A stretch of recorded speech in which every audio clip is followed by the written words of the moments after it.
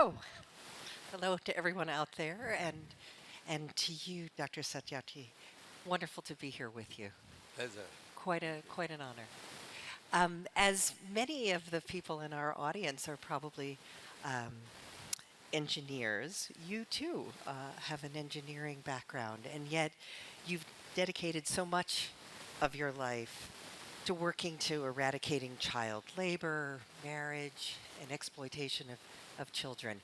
How did you make that the transformation in your own life from engineering to those important causes? Thank you. So it was not after my engineering or teaching in the university as electrical engineers, but it began very early. If you allow, I will share two short stories. Please, please. The very first day of my schooling was the first spark in my life about such issues. I saw a cobbler boy, my age, maybe 5 or 6 years Which one? old. Is it not working? Oh yeah, that I didn't. I was oblivious to that. Thankfully, Okay, um, thank you. I haven't no. So, when I was entering in my school, I saw a boy, 5, 6 year old, my age, I felt like that was my voice. and looking at us Was it for my some voice? shoe shining or shoe repair. All of us were wearing new I think shoes. Joan That even- was our first day. But it has disappointed me from inside that why he is sitting outside. So the first question I asked to my teacher in my classroom after short introduction, that sir, why a child is sitting outside and not with rest of us in the classroom? And the teacher said, calm down, this is not uncommon, poor children have to help the families and so on. So when I went out after school hours, I saw the boy was still working under the open sky, no shelter, nothing, hot Delhi, hot India. So I asked the similar question or same question to my mother and my other friends. Everybody has more or less same answer that they are poor children, they have to work. What else they will do? So one day I gathered my courage and went straight to this boy and his father, cobbler, who was sitting alongside. So boy was very shy, but father stood up with folded hand and answered, sir, I never thought about it. My grandparents, my grandfather, grandmother, they all started this kind of work since they were children. And so is my son. So it goes on, he said. Then with utter miserability, helplessness in his eyes, on face, he said, sir, we people are born to work. You are born to go to school. You can dream and do whatever you like, but we can't. We are born to work. And that was such a shocking answer for me that has become a big challenge for the rest of my life. I started looking the world with a different eye, that whatever my teachers, wise people, my parents say may not be justified, may not be the right thing. And those wrongs go on generations to generations as mental, social complacency. And I started seeing many more children on the streets and restaurants and so on. And slowly I became angry. I wanted to do something, but as a child I neither knew the problem properly nor the solutions. But that spark was always inside me, in my heart. I kept it with me. Because I realized that it is unjust. There is no excuse for these kind of things. And no child is born to work at the cost of freedom. education, childhood, future.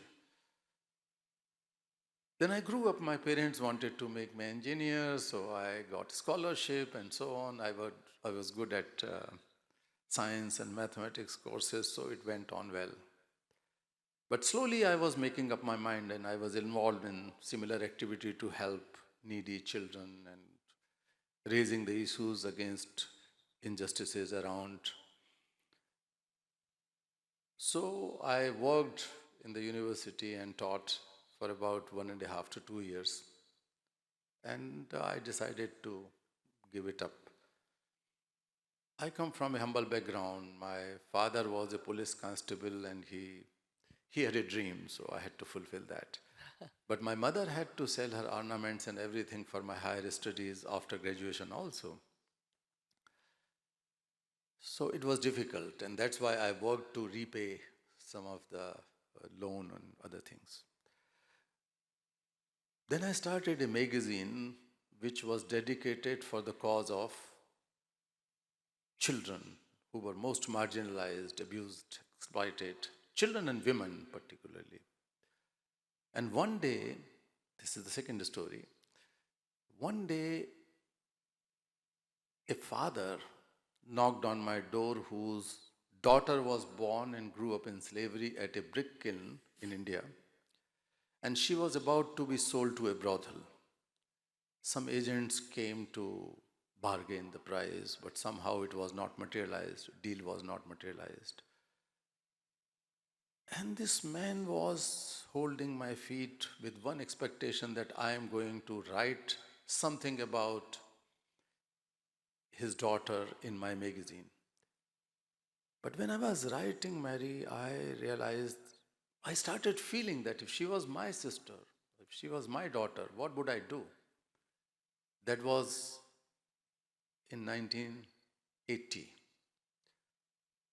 And I gave a pencil and I decided that I will go to get her out at any cost.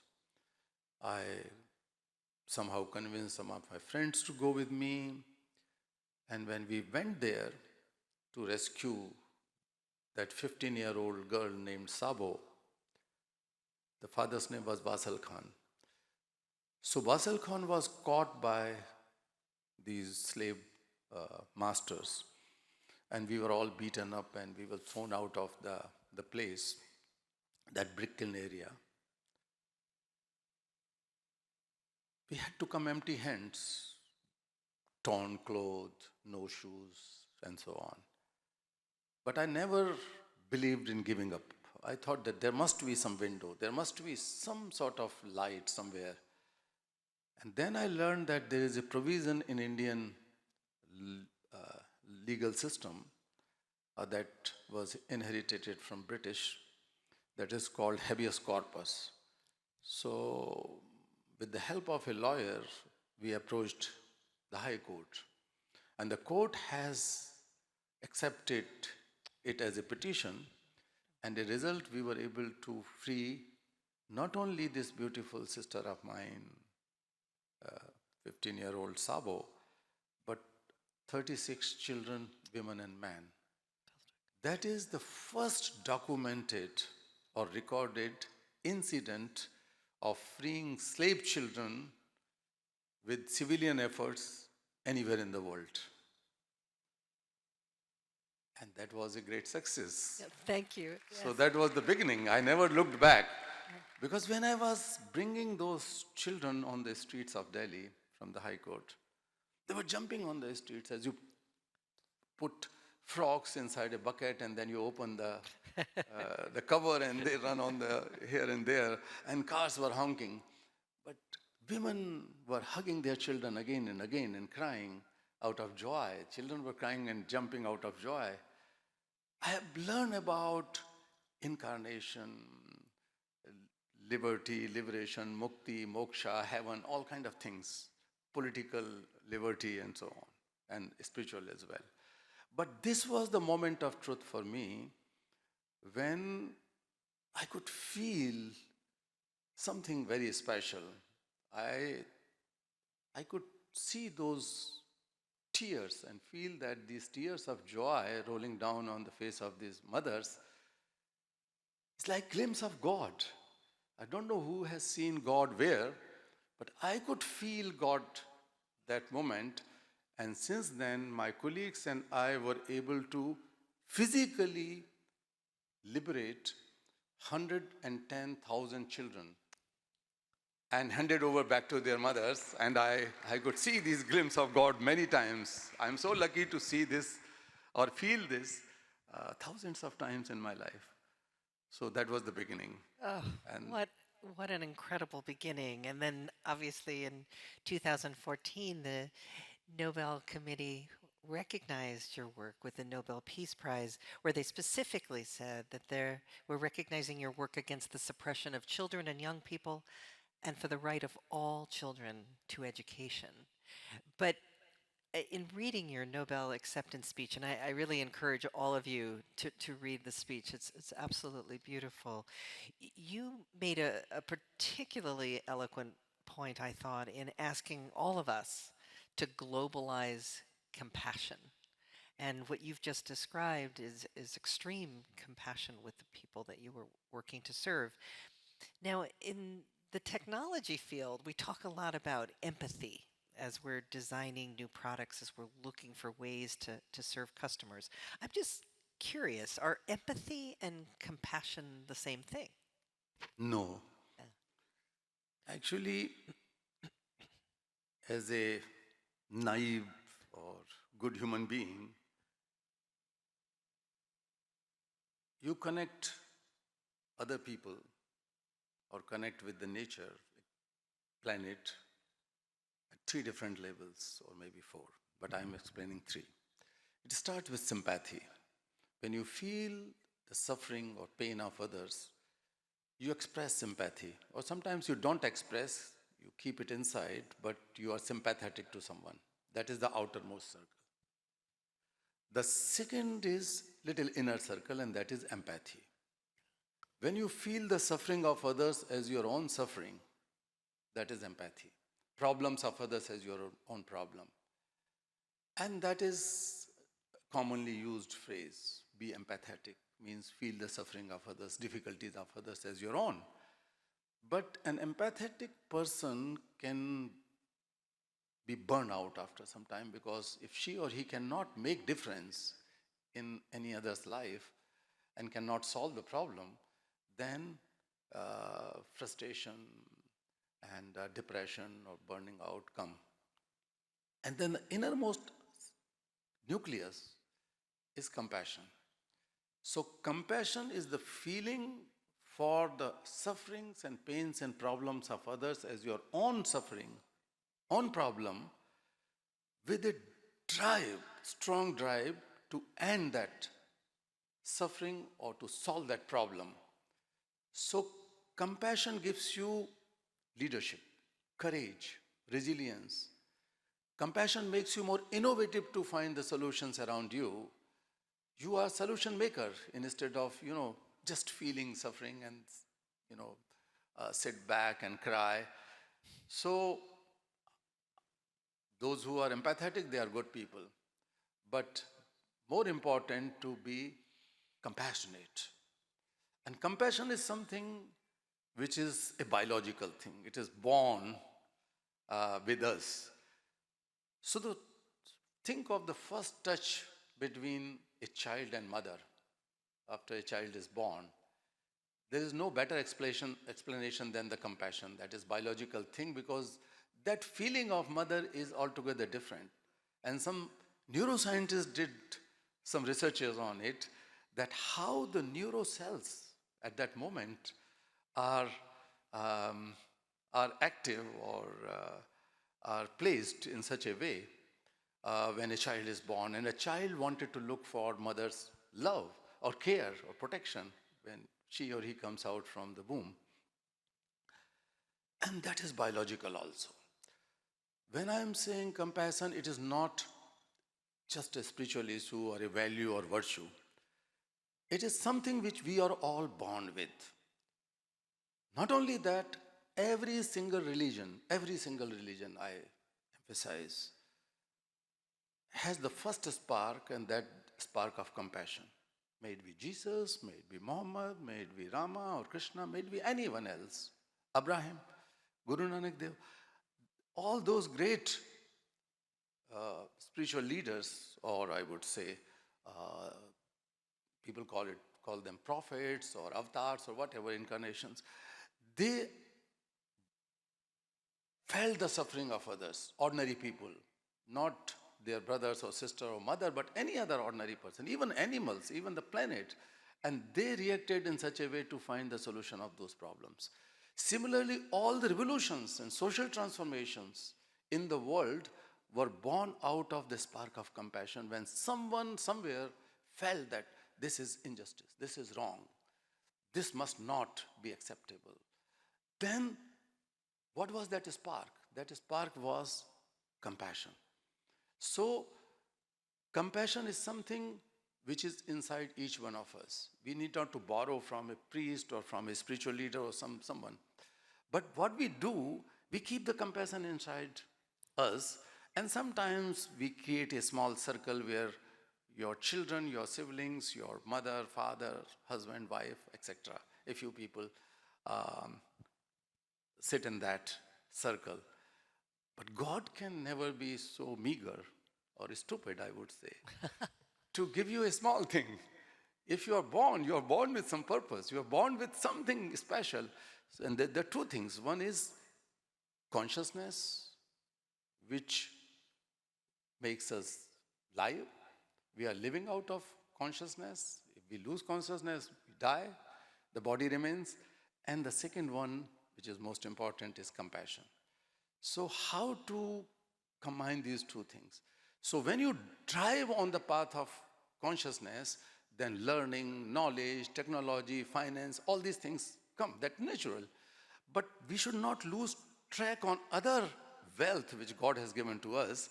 So that is the reason I call corporate sector, engineers, technocrats, bankers, industries, and even the religious leaders to learn compassionate leadership.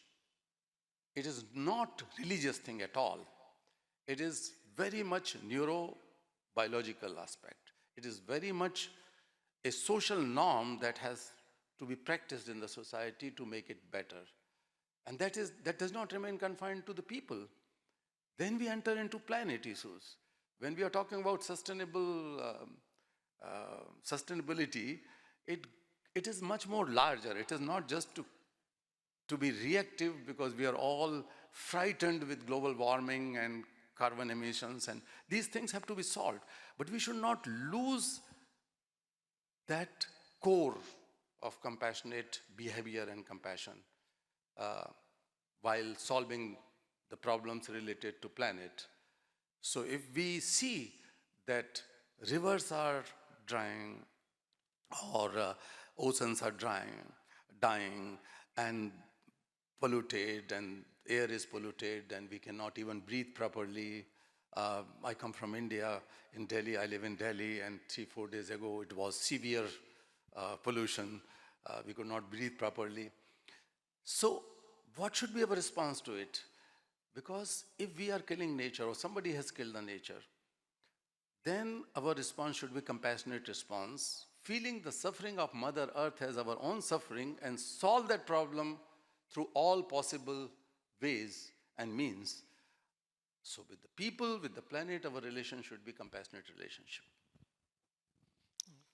It's an extraordinary taxonomy from moving from sympathy to empathy to compassion.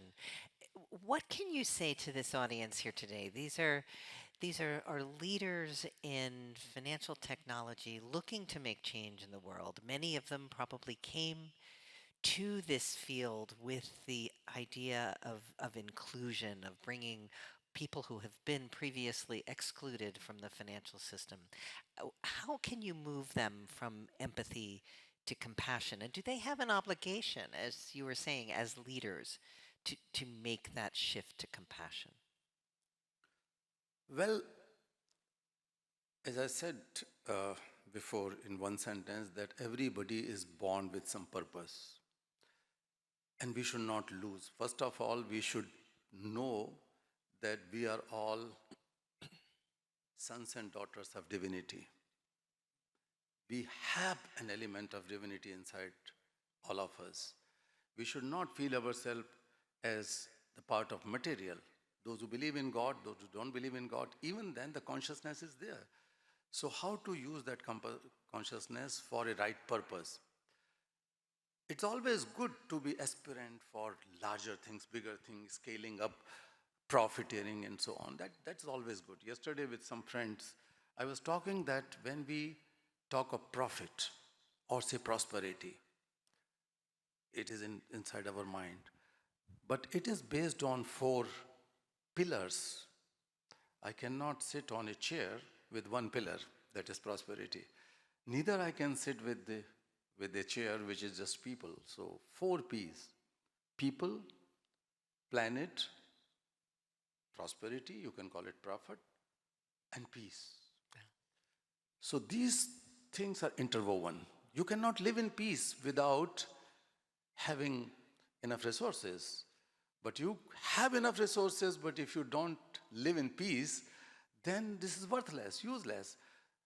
So I've been suggesting to people to keep this inclusion, keep this compassion alive, and identify, first of all, to recognize that compassion inside us.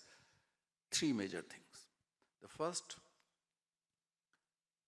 let us learn to create a supply chain of gratitude, supply chain of production, supply chain of distribution. There's so many supply chains, value chains. Today I am sitting with you on this chair in this beautiful hall. Lights, electricity, lot of technology. So many people are responsible for it. It is not created by you or me or none of them. But there should be a carpenter, there should be a mason, there should be a brick kiln worker, there should be a painter, electrician. So many people were involved in making it happen. Those people who are sitting in the chair of the president or the chairperson of a corporation or sitting in the boardroom, it is not just because of him or her or just co-founders or the fellow board members. It is because there's a long list of people. Today I ate food. It is not just my hotel or not my chef, but somebody has produced wheat somewhere or rice somewhere in the world or sugar. I ate it. So let me think and be grateful to all of them. So if you always keep in mind that your success, your achievements, your accomplishments are not because of you alone, it's because of your parents, because of your friends, because of your wife. So inclusion comes when you start thinking for others with a sense of gratitude, supply chain of gratitude. The second thing I would, I always say, is that let us create, we have created Internet of Things. So in most of the expensive houses, you know, Internet of Things. Why don't we think of creating the Internet of Responsibilities? The second step. We are responsible for each other for many, many things. And at least this pandemic might have taught us that the world is not only interconnected, but it is interdependent. No problem can be solved in isolation, in silo. Problem was born somewhere in Wuhan. These vaccines came from other part of the world. Scientists come from third part of the world. WHO was sitting and there's a combination of many scientists and so on. How many people are responsible for finding solutions to the problem? So we have to be responsible to each other. That we should learn. Otherwise we lose this core value of, inclusion and morality, which inclusion you mentioned. So that is the second thing. So I am using that language of technocrats, which is now being used, Internet of Responsibility or supply chain of gratitude. And the third important thing is, which is very important, We live in the world of algorithms. You cannot think of finding solutions to many problems in the world without creating new softwares and new algorithms. As electrical engineer, those days, those algorithms were not in this shape, but they were there. Right. So let us create algorithm of diversities. In a world which is getting more and more impatient, more and more intolerant, more and more aggressive, hatred, violence are the outcome of this mental state or mass mentality. We see it, and that is sometimes beyond our, reach to solve them.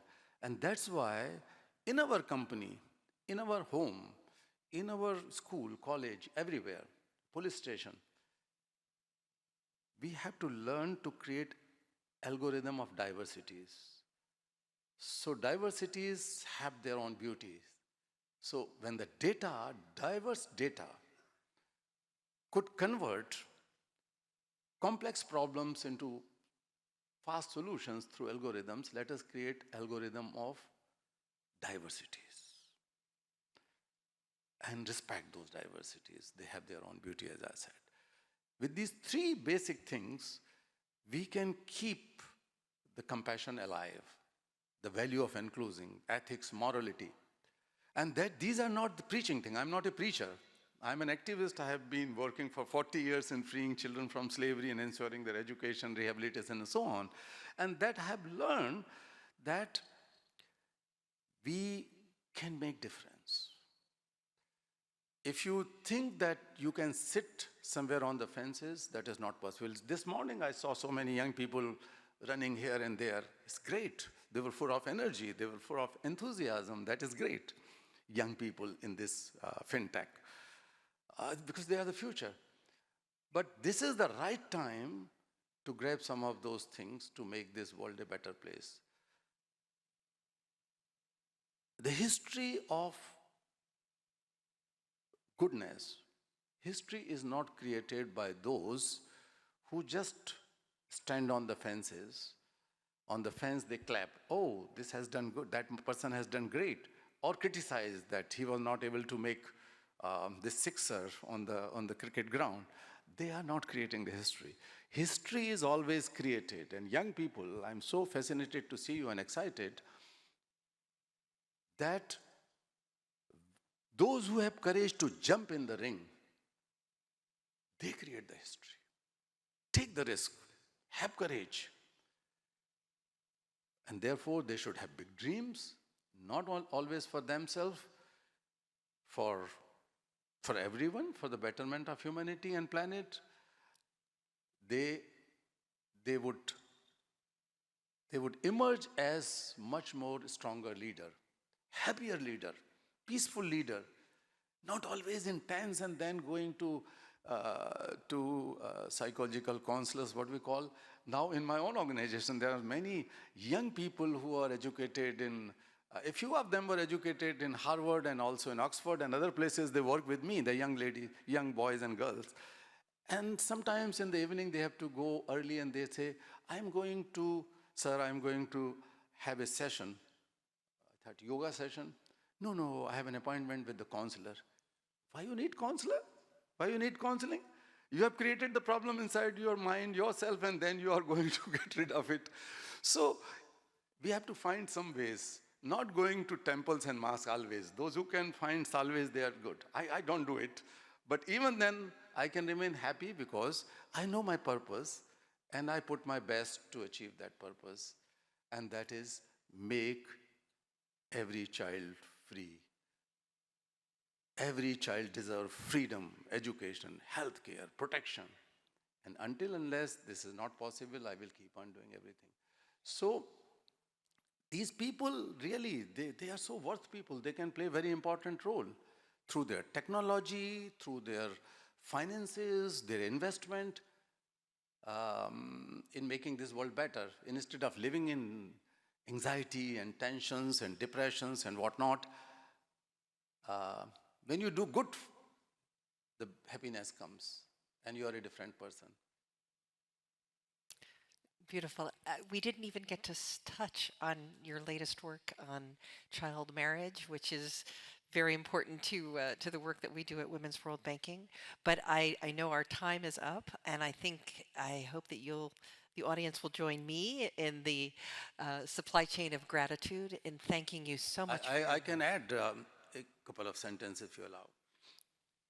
Bankers can play an important role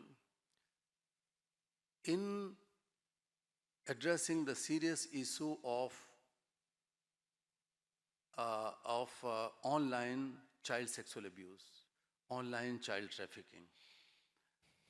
Technocrats, technological people, engineers can play an important role in cracking down this entire chain, because the money is transferred online, money is received online, girls are picked up some places, and they are lured to perform the porn, and eventually they are pushed into prostitution and so on, and they are sold from one to another country or one to another region, trafficked.